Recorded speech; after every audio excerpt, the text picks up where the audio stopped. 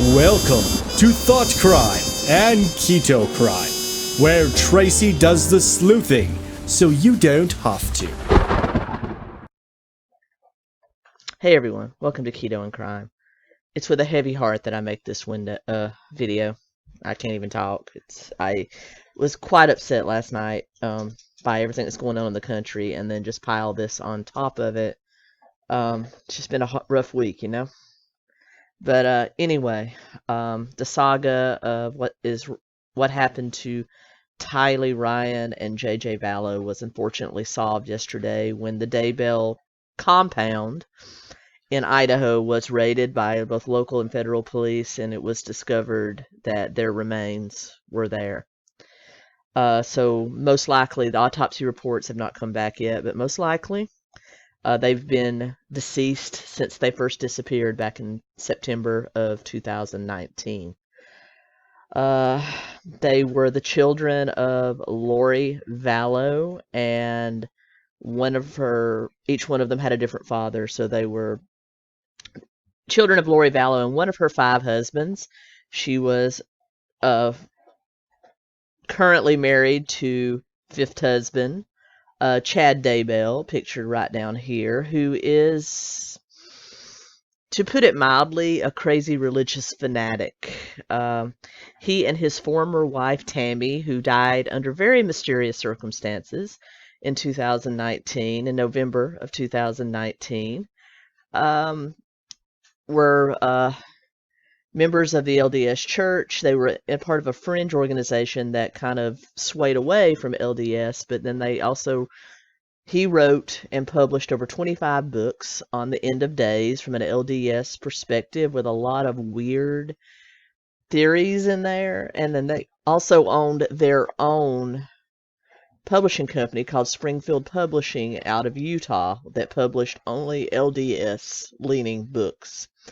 I've been researching them for a long time. In fact, this weekend I was going to do a video on the disappearance of Malaysian Flight 370, as well as another white-collar crime video, but I'm going to put those on hold.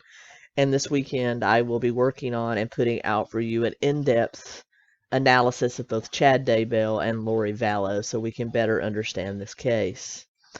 But basically, kind of a religious fanatic, he met Lori Vallow, who is also a devout Mormon, on a podcast called Preparing the People podcast, which those episodes have long been deleted. I know, I searched for them.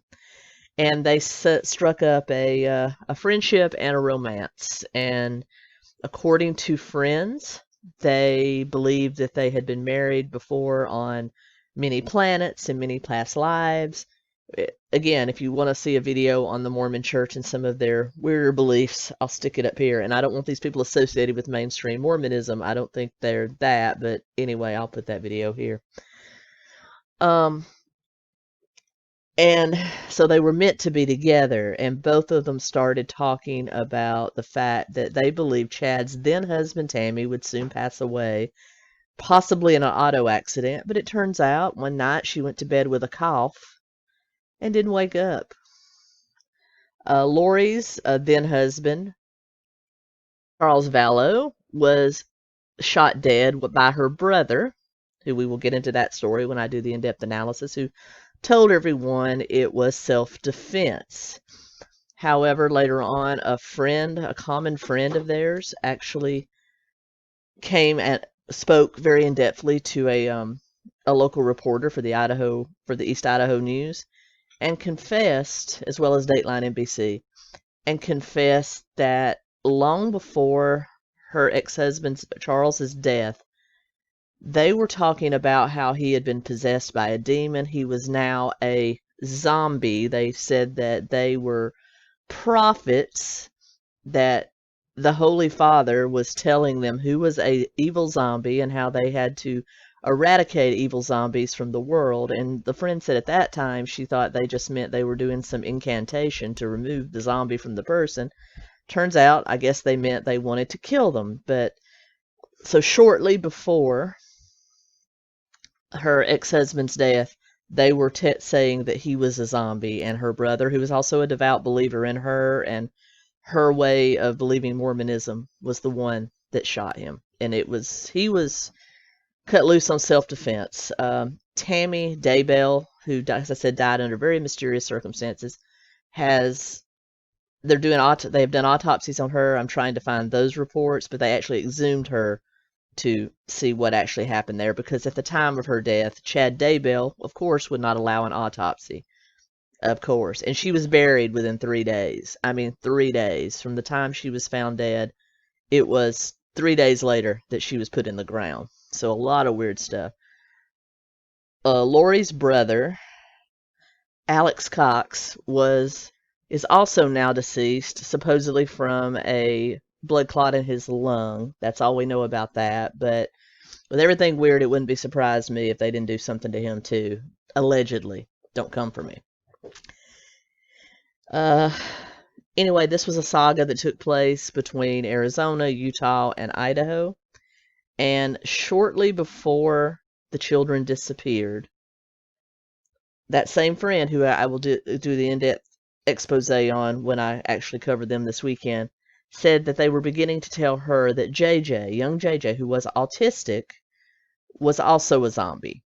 And she said she didn't believe them. She thought it was a lot of hocus pocus, but she never thought that Lori would do anything to her child. In fact, Lori was discussing the fact that not only did they think JJ was possessed, he was also kind of an obstacle to their ministry.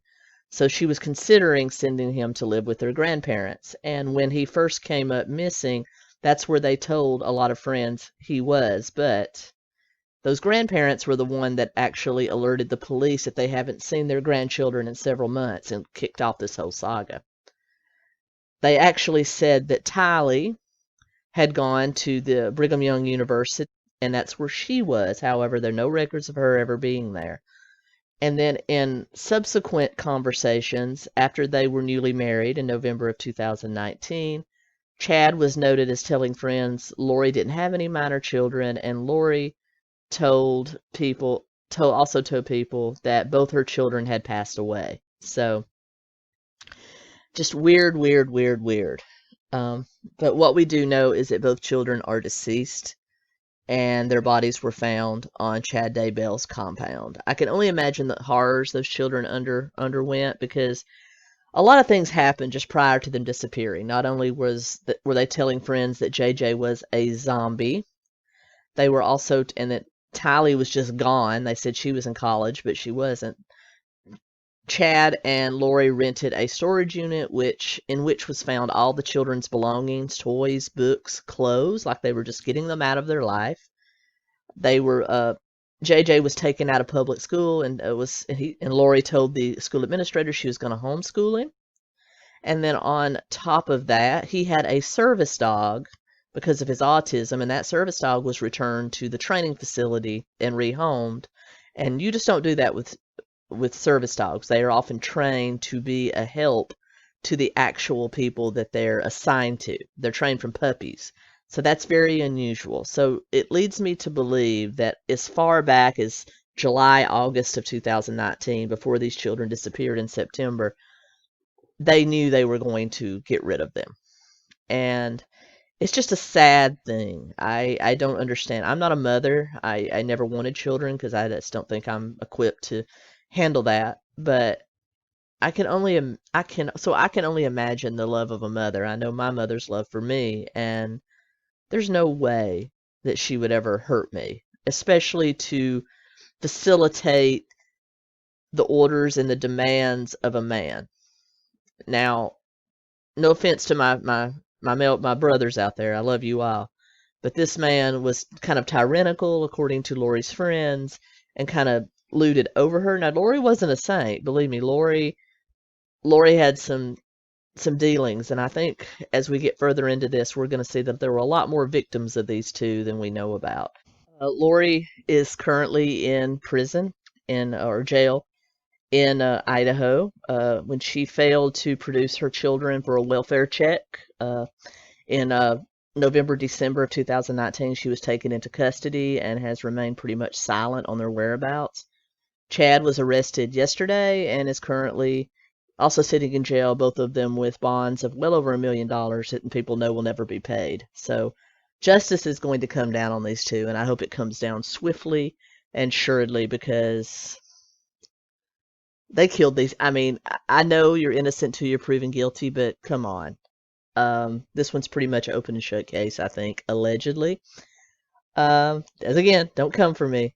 But I also hope they open up investigations of the other deaths associated with this family, and I think we're going to find that they're responsible for a whole lot more. But of course, the most tragic are Lori's two children, who would have been 18 and 8 had they lived. So that's kind of where we are. Stay tuned. This weekend, I will be working on an in-depth expose on both Chad Daybell and Lori Vallow that will cover this entire saga. I think you'll find that very informative, and I'll be back with you soon. So it's with a heavy heart that I say like, comment, share, subscribe. If you would, give this video a thumbs up, get the news out there. And until next time, Keto Comic.